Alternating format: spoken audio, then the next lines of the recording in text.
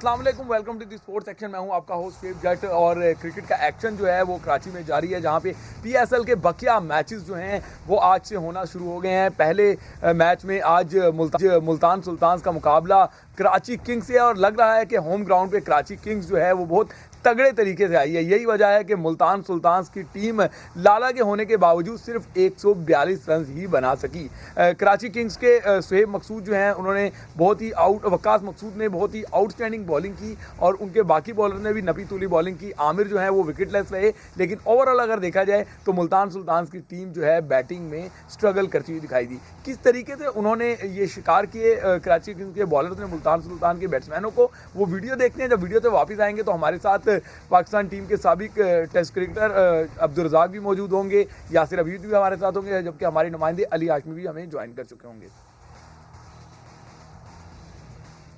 यकीनी तौर पे आपने ये विकेट देख के अंदाज़ा लगा लिया होगा कि मुल्तान सुल्तान्स के बल्लेबाज किस तरीके से तिगनी का नाच नाच रहे थे कराची किंग्स के बॉलर्स के सामने। ऐसा लग रहा था कि होम साइड जो कराची किंग्स है वो अपने ग्राउंड पे शेर बन के ही जो है वो झपट रही है सुल्तान्स के ऊपर। यही वजह है कि मुल्तान सुल्तान्स पहले बॉलिंग में जो है वो जब बैटिंग कर रहे थे तब मुश्किल से 2-4 नजर आए, और अब बॉलिंग में भी लग रहा है कि उनके आगे जो है वो कोई चल नहीं पा रही कराची किंग्स के बैट्समैनों के सामने। एक तरफ शर्जील खान है तो दूसरी तरफ तजर्बेकार बाबर आजम बैटिंग कर रहे हैं। बात मैच की भी हम आपको अपडेट साथ साथ देते रहेंगे, लेकिन फिलहाल यासिर अमीद की तरफ चलते हैं। यासिर, कुछ दिन पहले आप इसी स्टेडियम पे नेशनल स्टेडियम पे कमेंट्री कर रहे थे, तो विकेट का बिहेवियर आप अच्छे तरीके से जानते हैं, आप खुद टेस्ट क्रिकेटर भी रहे हैं।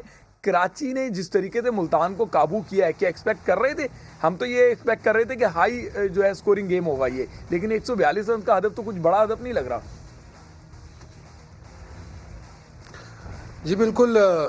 एक तो पिच जो है वो थोड़ा सा बॉल थोड़ा रुक के आ रहा है, और उसकी वजह यही है कि क्योंकि इस पिच पे 4 डे क्रिकेट हुई है अभी रिसेंटली, और पिच पे काफ़ी घास भी थी, और मतलब टोटली फुल कवर्ड थी ये घास से। तो खैर घास वास उन्होंने हटाई है, लेकिन वो जो मॉइस्चर था वो पिच में अभी लग रहा था कि मॉइस्चर है, क्योंकि वो इस नेशनल स्टेडियम की पिच का जो मॉइस्चर है वो बाय द टाइम जितना धूप लगती है खेलता है बंदा तो वो ख़त्म होता है। तो मेरे ख्याल से यही वजह है कि जिसमें वकास मकसूद को कामयाबी हासिल हुई, क्योंकि वो बॉल जो है वो अपनी चेंज कर रहा था, पेस चेंज कर रहा था, स्लो कर रहा था, और जिसमें आप देखें स्पिनर्स पे भी थोड़ा सा प्रॉब्लम, जो स्लो बॉल कर रहा था स्पिनर, तो वो उस पर बैटिंग में थोड़ा से फंस रहे थे मुल्तान सुल्तान वाले। तो यही वजह हुई है कि ये थोड़ा सा लो स्कोरिंग मैच हुआ है। प्लस थोड़ा काफ़ी अरसे बाद आए हैं प्लेयर्स दोबारा एक्शन में, तो थोड़ा सा टाइम लगता है यूज़ टू होने में, but straight away play offs हैं, तो मेरे ख्याल से इनके पास कोई गलती की गुंजाइश तो नहीं है। बहरहाल अगर मुल्तान की टीम आज हारती भी है तो उनके पास एक और चांस है कि वो नेक्स्ट मैच या पेशावर ज़ल्मी या लाहौर कलंदर से खेल सकते हैं। बिल्कुल यासिर, आपने सही कहा कि आज अगर मुल्तान सुल्तान हार भी जाती है तो वो इवेंट से बाहर नहीं होगी। उसके बाद एक चांस होगा कि वो अपनी गलतियों पे काबू पाएं और कम बैक करें। लेकिन कराची किंग्स फिलहाल ऐसा लग रहा है कि 142 के जवाब में जब उनके तकरीबन 15 स्कोर बन चुके हैं और कोई विकेट नहीं गिरी, तो वो मजबूत पोजीशन में नज़र आ रही है। हमारे साथ जो है वो मौजूद हैं मोहम्मद हफीज़, जो कुछ देर बाद पेशावर ज़ल्मी के खिलाफ लाहौर से एक्शन में होंगे, और यकीनी तौर पर उन्होंने मैच भी खेलना है, तो उनसे बात कर लेते हैं।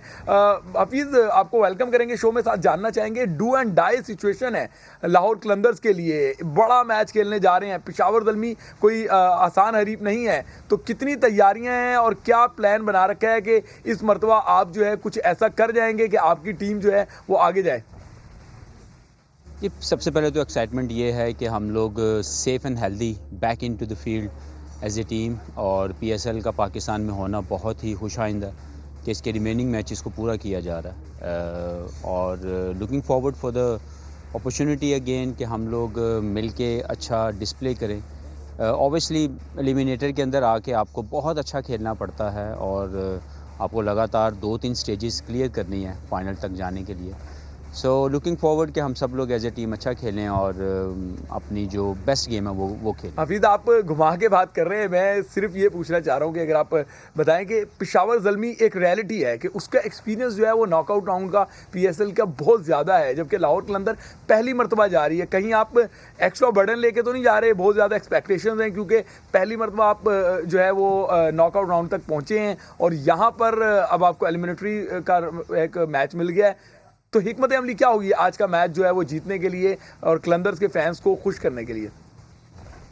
देखें, टीम कोई भी आए आपके सामने, आपने अपनी स्ट्रेंथ पे खेलना है। हमारी स्ट्रेंथ के अंदर हमारी क्लैरिटी है कि हम लोग as a team, as individual हम लोग क्लैरिटी के साथ खेलते हैं, अपने प्लान की एग्जीक्यूशन करते हैं।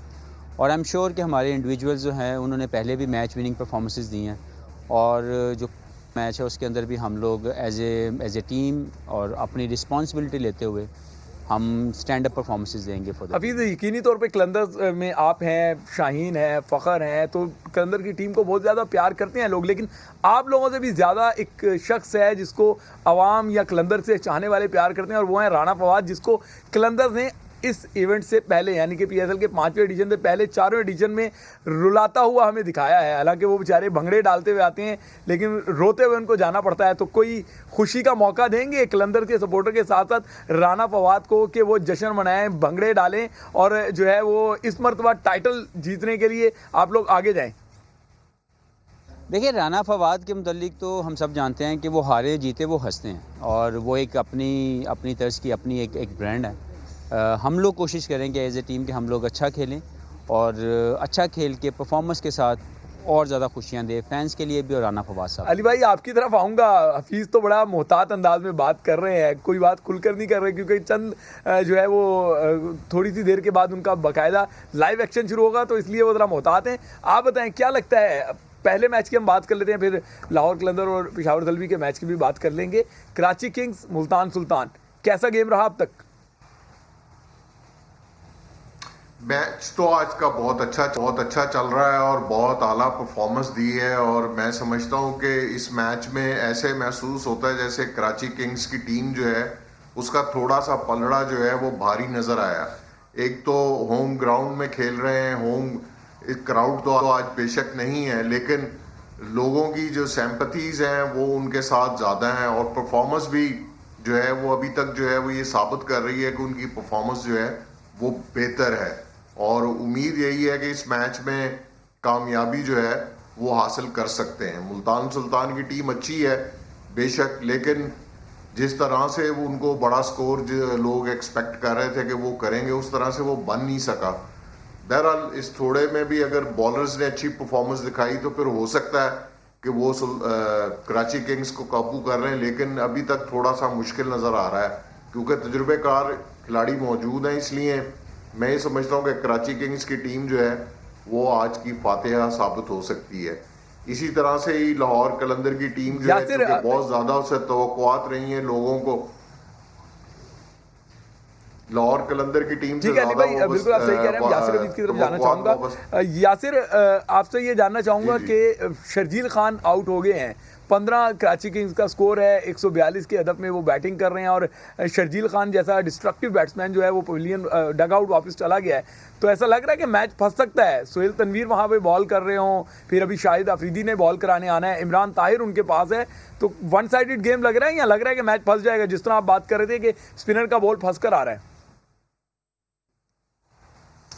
देखें, जिस तरह अभी एक विकेट इन्होंने हासिल कर ली और अगर इसी तरह विकेट्स लेते रहे शॉर्ट इंटरवल्स में तो फिर तो मैच फंस सकता है, डेफिनेटली फंस सकता है क्योंकि पीछे शाहिद अफरीदी ने आना है बॉल करने और भी इनके पास मेरे ख्याल से एक आध स्पिनर और भी है, तो फिर तो मैच फंस सकता है। लेकिन इनको आराम से चेज़ कर लेना चाहिए। जिस तरह बाबर आज़म वी ऑल नो कि ही इज़ एक्यूमुलेटर और वो आखिर तक लेके जाता है और उसके लिए तो अगर पिच अच्छा हो फिर तो 160, 170, 180 को भी वो उसको भी चेज़ करने की एबिलिटी है उसमें और पिच ऐसा है कि उस पर टाइम ले सकता है वो, तो बाबर को मेरे ख्याल से आखिर तक जाना चाहिए, तो फिर कराची किंग्स के लिए इतनी मुश्किल नहीं होनी चाहिए।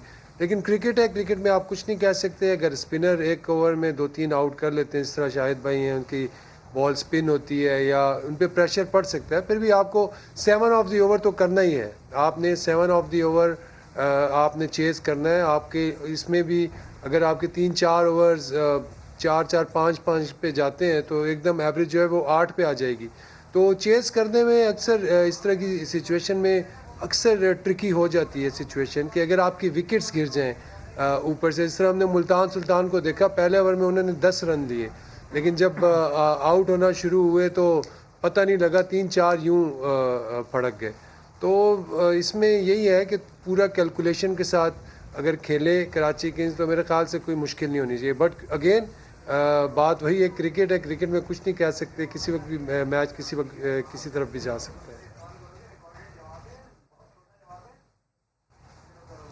यासिर, जिस तरीके से आप बता रहे हैं मैच के हवाले से, इमरान ताहिर भी ज़ाहिर है अभी बॉल कराने आएंगे, शाहिद अफरीदी भी बॉल कराने आएंगे, लेकिन ऐसा लग रहा है कि मैच जो है वो फंस भी सकता है। बहुत सारे लोग समझ रहे थे कि शायद छोटा टोटल है तो कराची किंग्स जो है, मैं खुद भी यही कह रहा था कि आसानी से काबू कर लेगी, लेकिन जिस तरीके से सोहेल तनवीर ने पहली विकेट ली है शर्जील खान की, उसके बाद लग रहा है, लेकिन इतना आसान भी नहीं होगा क्योंकि अभी बहुत सारे बल्लेबाज ऐसे बैठे हैं कराची किंग्स के डगआउट में जो मैच का पासा पलट सकते हैं। हमें अब्दुल रज़ाक जो है उन्होंने ज्वाइन कर लिया है, उन्हें वेलकम भी करें। रज़ाक भाई, शो में वेलकम करते हैं। आप खुद पीएसएल का हिस्सा रहते हैं, अनफॉर्चुनेटली आपकी टीम तो आगे नहीं गई, लेकिन ये बाकी टीमें आगे हैं। किस तरह देख रहे हैं इनकी स्ट्रेटजी? 142 रन का हदफ मुल्तान सुल्तान ने दिया है और उनके कराची किंग्स 15 पे 1 विकेट गंवा चुका है। देखिए, क्रिकेट में ये T20 में जो एडवांटेज है, टॉस का बड़ा अहम रोल है और पहले बॉलिंग करना हर टीम को सूट करता है यहाँ पे। और जैसे सेमीफाइनल होते हैं, फाइनल होते हैं, तो जो टीमें पहले बॉलिंग करती है उनको एज मिलता है। तो यही एडवांटेज मिला इनको कराची किंग को, और मेरे हिसाब से ये इतना बड़ा टारगेट नहीं है और ये इतना प्रेशर भी नहीं होता। इस 142 करना हो, प्रेशर होता है 160 170 करना हो, तो फिर जाके आप देखते हैं तो यहाँ विकेटें गिरती हैं, एक पार्टनरशिप जब लगती है तो वो मैच वो टर्न कर देती है। तो मुझे उम्मीद है ये कराची किंग जो है आराम से मैच जीत जाएगी। अच्छा रज़ाक भाई, पीएसएल जो है वो हो रही है एक ऐसे मौके पे जब दुनिया भर में क्रिकेट जो है या तो फ्रीज हुई है या अवे जाके लोग खेल रहे हैं। आईपीएल जो है वो यूएई में हुई, पाकिस्तान में क्रिकेट हो रही है। आप खुद डोमेस्टिक क्रिकेट खेलते रहे, यहाँ पे बतौर कोच जो है वो केपी के साथ रहे, कौमी T20 कब हुआ और अब पीएसएल के मैचेस हो रहे हैं। कितना पाकिस्तान के लिए ये खुशाइंद है कि इस कोविड के माहौल में भी हमारी क्रिकेट जो है वो चल रही है। वो लोग जो पाकिस्तान से क्रिकेट छीनना चाहते थे उनके लिए एक जो है ये क्लियर जवाब है कि पाकिस्तान को क्रिकेट से दूर नहीं किया जा सकता। डेफिनेटली देखें, मैं समझता हूँ कि कोरोना के दौर में जिस तरह पीसीबी ने T20 का टूर्नामेंट कराया, उसके बाद डोमेस्टिक का स्ट्रक्चर चेंज किया और आप देख रहे हैं कि पाकिस्तानी टीम के लिए जो प्लेयर सिलेक्शन है उसमें प्रॉब्लम नहीं हो रही, क्योंकि इन्होंने एक स्टैंडर्ड हाई कर दिया। और कोरोना अगर जिस तरह पूरे वर्ल्ड में फैला हुआ है तो मैं समझता हूँ बहुत ही बड़ा ये स्टेप है पीसीबी का कि इस दौर में प्रो क्रिकेट आना, ये पाकिस्तान के लिए खुशकिस्मती की बात है। और जो प्लेयर्स के लिए जो अपॉर्चुनिटी मिली है उनको भी इस चीज़ को अप्रिशिएट करना चाहिए कि अगर ये कोरोना जैसे हो रहा है तो ये डोमेस्टिक सीजन ना होता, T20 ना होता तो बहुत बड़ा सेटबैक था प्लेयर्स के लिए। लेकिन चले, अच्छा हुआ कि कोरोना के बावजूद एसओपी के तहत हमारी क्रिकेट जो है वो हो भी रही है और कामयाबी के साथ आगे बढ़ रही है। रज़ाक, आप खुद इसका हिस्सा रहे हैं पीएसएल का, आपकी टीम तो आगे नहीं आ सकी, अब जो 4 बची हैं इनमें से किसको फेवरेट आप समझ रहे हैं? क्योंकि सभी टीमों के खिलाफ आपकी टीम खेलती रही है, आप खुद डगआउट में बैठे होते थे। देखें, एक मोमेंटम बना हुआ था लाहौर कलंदर का और जिस तरह वो परफॉर्म कर रहे थे चांसेस थे कि वो ट्रॉफी जीते। अब ये है कि 5-6 महीने के बाद ये क्रिकेट हो रही है, पर फिर भी जो मेरा वोट है वो लाहौर कलंदर की तरफ है, क्योंकि उनके तो कॉम्बिनेशन बड़ा अच्छा बना हुआ है और उनकी इनफॉर्म बैट्समैन है और जरूरत पड़ने पर वो प्लेयर परफॉर्म करते हैं। तो ये T20 में कोई भी टीम फेवरेट नहीं होती, तो ये है कि ऑन द डे जो प्लेयर्स परफॉर्म करते हैं, जब टीम को जरूरत होती है, बॉलिंग में हो या बैटिंग में हो या फील्डिंग में, अगर वहां परफॉर्म करें तो वो जीत जाती। तो फाइनल आप कौन सी 2 टीमों का देख रहे हैं? आपकी सिंपथीज या आपका वोट तो लाहौर कलंदर के साथ है। कराची किंग्स भी आज बड़ा अच्छा प्रोग्रेस कर रही है, पहले 142 रन पे उनको ढेर करना और उसके बाद अब बाबर आजम अभी तक विकेट पे है और स्कोर जो है वो तेजी से चल रहा है। ये देखिए बड़ा मुश्किल हो जाएगा, जैसे अब देखा ना मुल्तान बड़ा अच्छा परफॉर्म कर रही थी जब पीएसएल शुरू हुई, तो वो भी अनबिटन टीम लग रही थी। ये लाहौर कलंदर ने जिस तरह कम बैक किया वो भी एक अच्छी टीम नजर आ रही थी। कराची की टीम भी अच्छी नजर है, साथ वो भी अच्छा परफॉर्म कर रही है। तो ये बड़ा मुश्किल होगा, पर ये कि लाहौर के चांसेस हैं कि वो फाइनल में पहुंचे। ठीक है रज़ाक भाई, हम वहाब रियाज को भी अपने शो में जो है वो शामिल कर लेते हैं। उनका मैच जब वो लाहौर कलंदर के ख़िलाफ़ जो है वो निबरत आजमा होंगे, एक्शन में होंगे। कुछ देर पहले हमारे साथ लाहौर कलंदर के मोहम्मद हफीज़ थे। वहाब क्या कहेंगे, आपको जो है ट्रॉफ़ी दूसरी दफ़ा उठा सकते हैं अगर आपकी टीम जो है वो बेहतर परफॉर्म करे, तो स्ट्रेटजी क्या बनाई है, कितने चांसेस हैं, कितने पर उम्मीद हैं कि आज का मैच ही नहीं टाइटल भी जीतेंगे? ट्रॉफी जीतने के लिए हमें तीनों मैच जीतने पड़ेंगे और बिल्कुल ऐसा मुमकिन हो सकता है क्योंकि लास्ट ईयर भी हम लोगों ने 5 से 6 मैच लगातार जीते थे और हम लोगों ने फाइनल के लिए क्वालिफाई किया था। तो अच्छी क्रिकेट खेलेंगे तो इंशाल्लाह ज़रूर पहुंचेंगे। अच्छा, आप ज़रा फॉफ डुप्लेसी का भी बता दीजिएगा कि वो भी आपके साथ हैं, तो उससे कितना फ़ायदा होगा ज़ल्मी की टीम को, क्योंकि टी20 क्रिकेट के मास्टर बल्लेबाज के तौर पे जो है वो पहचाने जाते हैं। टीम का माहौल बहुत अच्छा है और बड़ी अच्छी प्रैक्टिसेस रही हैं पिछले 3-4 दिनों में। फाफ डुप्लेसी के आने की से टीम को एक और बूस्ट, एक और मोटिवेशन मिल गई है। ऑब्वियसली जिस तरीके से फाफ का हमें पता है कि is a world class player और उनकी प्रेजेंस, उनका एक्सपीरियंस जो है वो हमारे लड़कों के लिए जो है वो बहुत फ़ायदेमंद होगा। वहाब आपके साथ जो है वो आपका लेकिन अगर आप दूसरे एंड पे देखें तो लाहौर कलंदर के साथ जो है वो राना फवाद जैसा जो है बंदा मौजूद है जिसका जोशो जज्बा सारे खिलाड़ियों से और खेलते भी ज़्यादा नज़र आ रहा होता है। तो उनकी पार्टी स्पॉइल करने के लिए आप लोगों ने कोई हिकमत अमली बनाई है, क्योंकि उनकी टीम जो है बड़ी ख़तरनाक शेप में नज़र आ रही है। बिल्कुल बड़ा मैच है और लाहौर कलंदर पहली दफ़ा पहुंची है। सो आई थिंक कि ये चीज़ हमें फेवर भी इस तरीके से कर सकती है क्योंकि उनका फर्स्ट टाइम है प्लेऑफ्स में पिछले 5 सालों में और ऑब्वियसली उनकी टीम काफ़ी ज़्यादा एक्साइटेड होगी जीतने के लिए। प्लस उनकी टीम भी बहुत अच्छी है, लेकिन एट द सेम टाइम जो हमारी टीम है पेशावर ज़ल्मी, मेरा ख्याल है कि हम लोग सारे अच्छे एक्सपीरियंस प्लेयर्स हैं। हम लोगों को पता है कि सिचुएशन और हैंडलिंग कैसे करनी है। तो मैच अच्छा होगा, कोई भी टीम आसान नहीं है, लेकिन इंशाल्लाह आज के दिन जो टीम भी अच्छा खेलेगी वो फाइनल में पहुंचेगी। चलें, हफीज़ा भी हमारे साथ थे, उनका भी शुक्रिया अदा करते हैं और वहाब आपका भी शुक्रिया अदा करते हैं। यासिर, बातें आपने सुन ली कलंदर वालों की भी, ज़ल्मी वालों की भी। क्या कहते हैं, मैच तगड़ा होने जा रहा है? इसके बाद वाला जो मैच है, पहला मैच तो हमें लग रहा है कि शायद इतना ज़्यादा तगड़ा मैच ना हो, लेकिन दूसरा मैच कांटे का मुकाबला लग रहा है आपको? जी बिल्कुल, कांटे का मुकाबला होगा क्योंकि पेशावर ज़ल्मी, जिस तरह की वहाँ आपने बात की है, ये 5वां प्ले ऑफ है उनका, कॉन्स्टेंटली कंसेक्टिव 5वां प्ले ऑफ खेल रहे हैं। और क्योंकि उनके पास एक एक्सपीरियंस है और प्रेशर को हैंडल करने की एक सलाहियत है। लेकिन साथ ही साथ लाहौर कलंदर के फैंस भी काफ़ी एक्साइटेड हैं। हमने देखा रज़ाक भाई काफ़ी ओपनली उन्होंने ये कहा है कि यार मेरी सारी सपोर्ट जो है वो लाहौर कलंदर के साथ है। बिल्कुल, लाहौर कलंदर जो है बहुत ज़बरदस्त टीम है, लेकिन उनकी परफॉर्मेंस जो है वो बड़ी इतनी अच्छी नहीं रही थ्रू आउट द ईयर्स। तो उसकी क्या वजह, उस चीज़ को सॉर्ट आउट करें तो लाहौर कलंदर ने हमेशा जो है टॉप प्लेयर्स रखे हैं लेकिन टॉप परफॉर्मेंस नहीं दी। ये एक थोड़ा सा सेट बैक रहा है लाहौर कलंदर के साथ।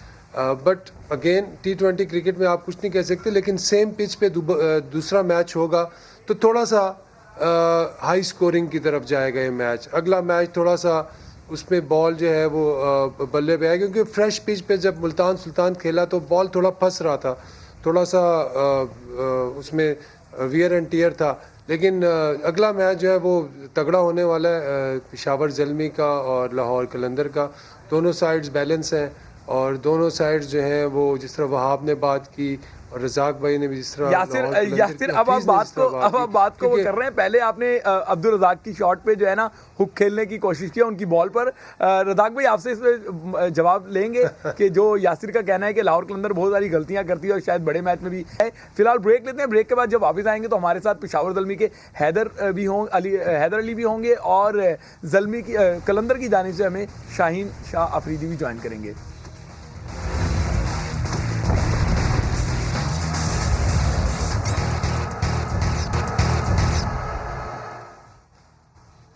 Welcome back. बात कर रहे थे ब्रेक से पहले यासिर हमीद जिन्होंने अब्दुल रज़ाक की गेंद पर हुक खेलने की कोशिश की। रज़ाक भाई उनका कहना ये है कि लाहौर कलंदर जो है वो अमूमन गलतियां करती है और उस गलतियों का खमियाजा भुगतना पड़ता है। बड़े नाम तो लेते हैं लेकिन बड़ी परफॉर्मेंस नहीं दे पाते, जबकि आपकी सिंपैथीज जो हैं वो लाहौर कलंदर के साथ हैं। सही कह रहे हैं यासिर, या आपको अपनी टीम पे यकीन है? नहीं, बात ये है कि मैं सिर्फ क्रिकेट पॉइंट ऑफ से बात कर रहा हूँ। जिस तरह लाहौर कलंदर ने ये लास्ट PSL में क्रिकेट खेलनी शुरू की, अब देखें 4-5 मैच हारने के बाद उन्होंने ऐसा कमबैक किया कि वो ये एडवांटेज उनको था लाहौर में, जब वो लाहौर की ग्राउंड्स का उनको एडवांटेज था। अब ये कि यहाँ पे कराची है, पर फिर भी मैं कहूँगा कि लाहौर कलंदर के चांसेस काफ़ी बन रहे हैं। और जिस तरह उनकी टीम में 1-2 प्लेयर ऐसे हैं, वो एक मैच को ऐसे लेके चलते हैं कि मैच एक साइड पे कर देते हैं। तो उनके पास शहनशाह जैसे बॉलर भी हैं। अच्छा रज़ाक भाई, आपको इंटरप्ट कर रहा था इसलिए, क्या समझते हैं कि PSL जो है वो ब्रांड तो बन चुका है लेकिन हमें प्रोडक्ट्स भी अब दे रहा है? हारिस रऊफ का आपने जिक्र किया, अभी शाहीन अफरीदी भी हैं, उसके अलावा जो है वो हैदर अली की बात कर लें। हैदर और शाहीन ऑल्दो अंडर 19 से हैं लेकिन पॉलिश या लाइमलाइट में आने के लिए PSL ने बड़ा किरदार अदा किया। क्या समझते हैं हमारी जो लीग है ब्रांड के साथ साथ अब जो है वो प्रोडक्टिविटी भी दे रही है क्या?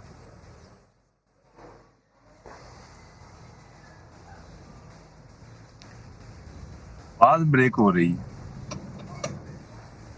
मैं दोबारा अपना सवाल जो है वो रिपीट करता हूँ। रज़ाक भाई मैं ये कह रहा था कि हमारी पाकिस्तान सुपर लीग जो है वो ब्रांड तो बन चुकी है लेकिन साथ साथ अब हमारे नौजवानों को भी पॉलिश कर रही है। क्या कहेंगे इस बारे में? शायद जो है वो ऑडियो का मसला हो रहा है, रज़ाक नहीं आ रही, उनसे दोबारा कनेक्ट होते हैं। लेकिन हैदर अली नौजवान क्रिकेटर हैं, वो हमें ज्वाइन कर चुके हैं, अंडर 19 पाकिस्तान के लिए खेले लेकिन अब जो है वो इंटरनेशनल लेवल पे भी अपना लोहा मनवा चुके हैं। PSL के जरिए वो लाइमलाइट में आए थे। हैदर, आपको वेलकम करूंगा शो में। शानदार फॉर्म लगी हुई है आपकी, हर जगह परफॉर्म करते हुए नजर आ रहे हैं।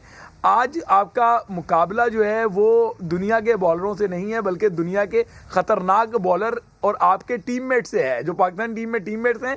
लेकिन आज वो हरीफ होंगे, शाहीन शाह अफरीदी हों या हारिस रऊफ हों, दोनों आपके सामने होंगे। इस खतरनाक अटैक का सामना करने के लिए तैयार हैं?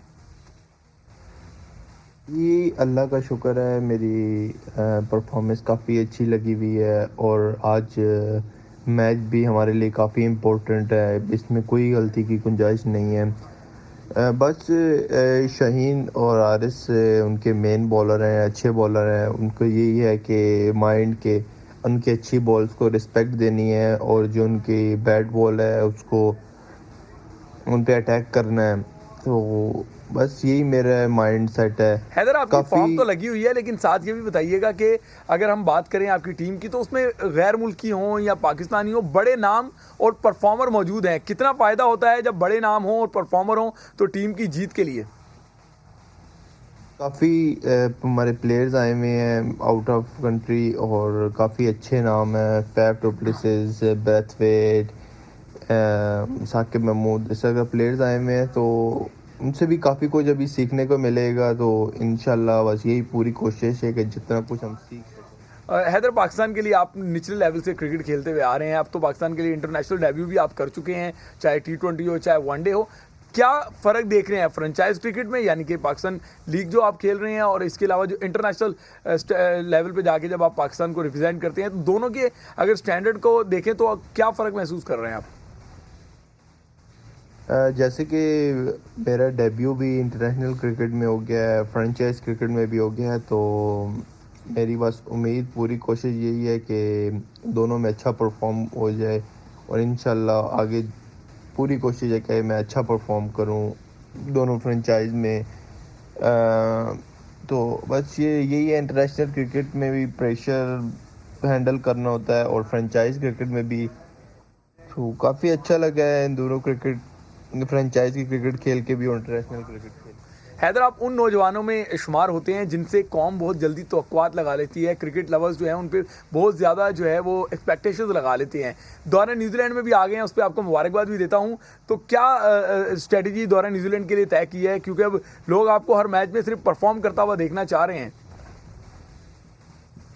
जैसे कि अभी न्यूजीलैंड का भी आगे टूर आ रहा है, तो उसके लिए भी मैंने अपना एक टारगेट सेट किया हुआ है कि इंशाल्लाह वहाँ पे पाकिस्तान के लिए अच्छे से अच्छा परफॉर्म करूँ।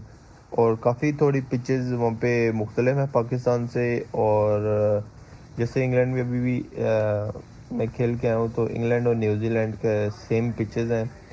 तो बस वहाँ पे इंशाल्लाह पूरी कोशिश यही होगी कि अच्छे से अच्छा परफॉर्म। रज़ाक भाई, आपकी तरफ आऊँगा, आवाज़ कट रही थी, लेकिन चलें अब दोबारा एक्टिविटी हो गई। ये बताइएगा कि इस पीएसएल ने अच्छी क्रिकेट के साथ साथ हमें अच्छा जो है वो टैलेंट भी दे दिया है। पहले हम बात करते कि हमारे पास बैकअप नहीं है, लेकिन अब लग रहा है कि बैकअप जो है वो सामने आ ही जा रहा है।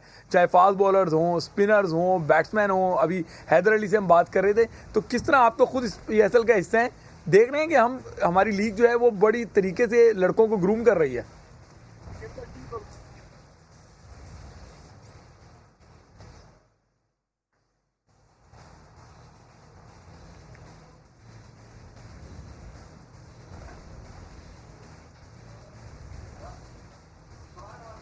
रज़ाक भाई, शायद आवाज़ आपको नहीं आ रही थी। मेरा सवाल ये है कि क्या पीएसएल जो है वो हमें टैलेंट भी ग्रूम करके दे रही है?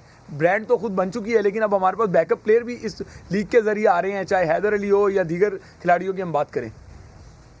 डेफिनेटली देखिए, अपॉर्चुनिटीज की बात है। और पीएसएल ऐसे ही है जैसे आप पाकिस्तान टीम की तरह खेलते हैं। और आपके सामने देखा, जितने भी कोचेज हैं या जितने भी सिलेक्टर्स हैं वो इन्वॉल्व हैं पीएसएल के साथ, किसी न किसी फ्रेंचाइज के साथ। तो ये अच्छा प्लेटफॉर्म है यंगस्टर के लिए, बड़ा अच्छा है। और ये पीएसएल अगर ना हो तो मैं समझता हूँ फिर वही हमारा जैसे आज से 15-20 साल पहले जैसे एक सेटअप था कि प्लेयर जो डोमेस्टिक में परफॉर्म करते थे, अंडर-19 खेलते थे, अंडर-16 खेलते थे या अंडर-21, तो वहां से प्लेयर आ रहे थे। तो पीएसएल की एडिशन के आने के साथ ये फायदा हुआ कि यहाँ से प्लेयर आपको मिलने शुरू हो गए। और आपके साथ आपको पता है कि 4 या 5 में नाम ऐसे हैं जो हम सबको पता है कि वो पाकिस्तान टीम में भी है, वो पीएसएल की उसकी तरफ से ही आए। ठीक है रज़ाक भाई, यासिर आपकी तरफ भी आएंगे, लेकिन उससे पहले अली हाशमी आपकी तरफ आता हूँ और आपसे जानना ही चाहूँगा कि इससे अगला मैच जो है वो लाहौर कलंदर का मैच है। आप भी लाहौरी हैं, बताएं ज़रा कितनी उम्मीदें लगा रखी हैं आपने लाहौर कलंदर से? यकीन है आपको अब्दुल रज़ाक की तरह वो भी लाहौरी हैं, उनका वोट भी जो है उनके साथ है, लेकिन यासिर अभी लाहौरी नहीं है। वो कह रहे हैं कि बहुत ज़्यादा जो है खुश ना हो, बहुत ज़्यादा जो है वो यकीन ना रखें कि सिर्फ आपकी ही टीम जीतेगी। देखें, पहले से बड़ी तवक्कुआत थी। पहले भी जितनी भी अभी तक पीएसएल हुई हैं उन सब में लाहौर कलंदर की परफॉर्मेंस जो थी उससे बहुत ज़्यादा तवक्कुआत थी। प्लेयर्स भी अच्छे हैं, लेकिन उस तरह से परफॉर्म नहीं कर सके। तो इस मर्तबा जो है वो ये महसूस हो रहा है, जिस तरह से रुकने से पहले जो था, वक्फे से पहले जो परफॉर्मेंस थी वो बहुत अच्छी थी। तो अगर कंटिन्यू रहती या कोविड की वजह से ना रुकती तो उम्मीद ये थी कि शायद फाइनल में जो है खेलेंगे और अच्छा परफॉर्म करेंगे। तो बदकिस्मती ये कि फिर एक खासा लंबा एक ब्रेक आ गया, जिसकी वजह से ऐसा महसूस हो रहा है कि उस तरह से तो परफॉर्मेंस नहीं है, लेकिन फिर भी परफॉर्मेंस का चांस जो है वो बहुत ज़्यादा है। और चूँकि सारा साल लड़के को किसी तरीके से बिजी रखते हैं, प्रैक्टिस में रखते हैं, तो इस वजह से भी ये ज़्यादा चांसेस इनसे हैं कि परफॉर्म अच्छा करेंगे और उम्दा कारकर्दगी जो है वो दिखा सकेंगे। बेशक उनका मैच जो है वो अच्छा होगा, इसमें कोई शक नहीं है। पेशावर ज़िल्मी में भी अच्छे खिलाड़ी हैं, इसलिए मैच तगड़ा होगा। तो परफॉर्मेंस के ऊपर जहाँ तक डिपेंड करेगा कि जिसकी अच्छी होगी वही बेहतर खेल पे जो पेश करेगा वही जीत सकेगा। तो इसलिए मुझे उम्मीद यही है कि जो लाहौर की टीम है वो अच्छा परफॉर्म करने की सलाहियत रखती है और परफॉर्मेंस दिखाएगी भी और फाइनल में भी आ सकती है। चलें यासिर आपकी तरफ आऊँगा। दूसरा भी जो है वो विकेट गिर चुका है। इसका अनलकी रहे एलेक्स हेल्स के, वो जो है खड़े थे बॉलिंग एंड की तरफ और बाबर आजम का शॉट जो है वो बॉलर के हाथ को लग के और स्टंप्स को लग गया और वो क्रीज से बाहर थे। अभी तक 50 रन नहीं बनाए, 2 विकेट गिर चुके हैं। मैच फंसता हुआ नजर आ रहा है या आप श्योर हैं कि ये मैच जो है वन साइडेड होगा? जी अब ये डिपेंड करता है कितने ओवर्स हुए हैं। अगर ओवर 10 के करीब हैं तो फिर तो हम कह सकते हैं फंस सकते हैं। ओवर्स कितने हुए हैं?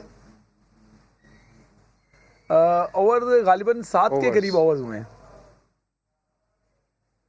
7 के करीब नहीं, अभी तो इनकी 46 पोजीशन अच्छी या लग रही 47 है। ऐसे अभी रहता तो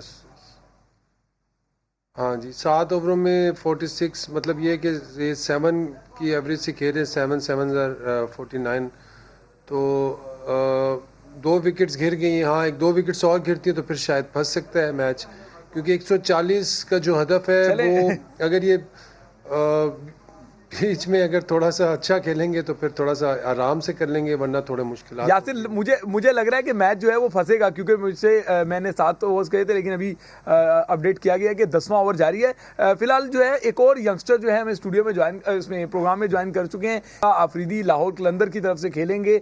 दुनिया भर में आजकल उनका डंका बज रहा है, उन्हें वेलकम करेंगे क्योंकि कुछ देर बाद उन्हें मैच भी खेलना है। शाहीन, कलंदर ने आपके करियर में बड़ा किरदार अदा किया है, आपको दोबारा जो है वो मौका मिला।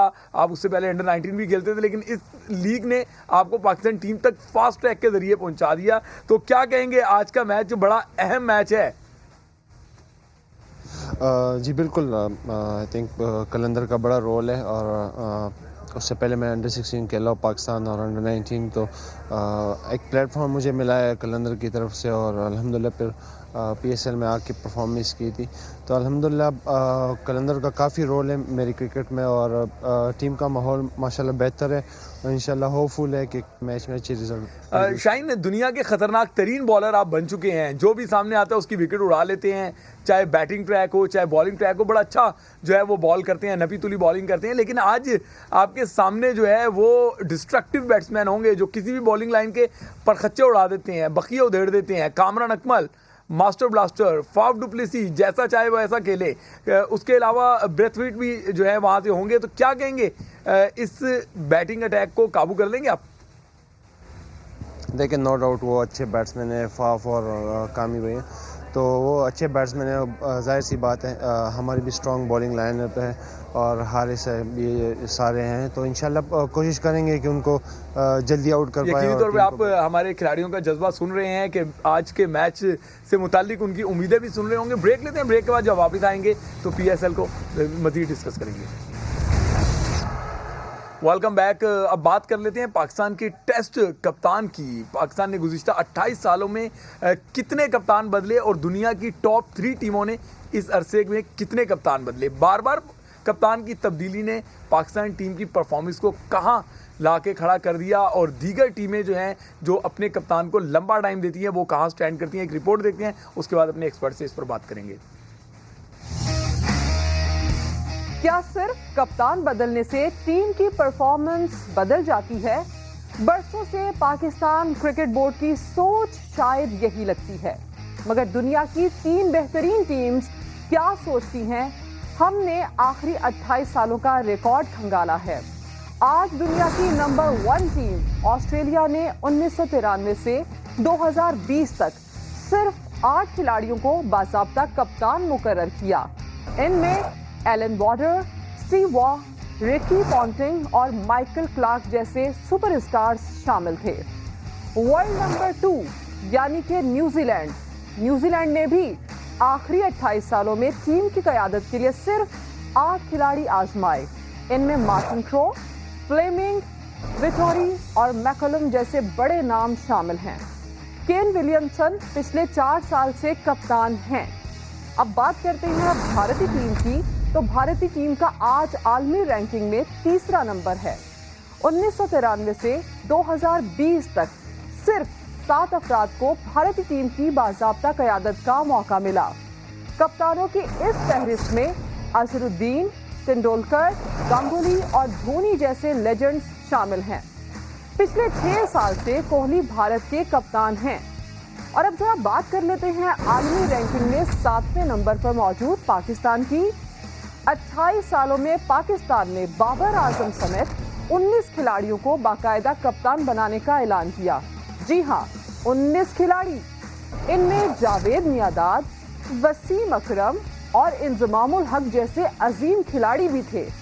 मगर क्या ये बार बार की तब्दीलियां पाकिस्तान को उरूज पर पहुंचा सकीं? शायद नहीं।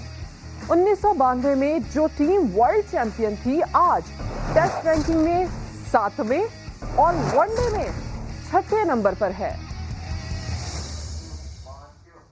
सिद्रा, आपने तो आंखें खोल दी कि पाकिस्तान ने 28 सालों में 19 कप्तान बदल दिए, जबकि भारत की बात करें वहाँ पे 7, न्यूजीलैंड के 8 और ऑस्ट्रेलिया के सिर्फ 8 कप्तान जो हैं वो इस दौरान अपनी टीम को लीड कर सके।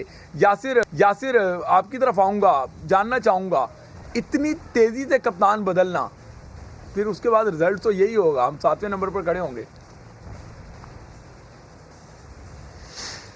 देखिए, ये जो रिपोर्ट हमने देखी है, एक सक्सेसफुल मॉडल उन्होंने बताया कि एक सक्सेसफुल मॉडल किस तरह होता है। अगर आप देखें तो ऑस्ट्रेलिया में सिर्फ 8 कप्तान जो हैं वो गुज़िश्ता इन सालों 28 सालों में बने कप्तान, जिनमें से 5 ऐसे थे कि जो एक टॉप परफॉर्मर थे। इसमें स्टीव वॉ थे, माइकल क्लार्क थे, रिकी पॉन्टिंग थे और इसके अलावा भी।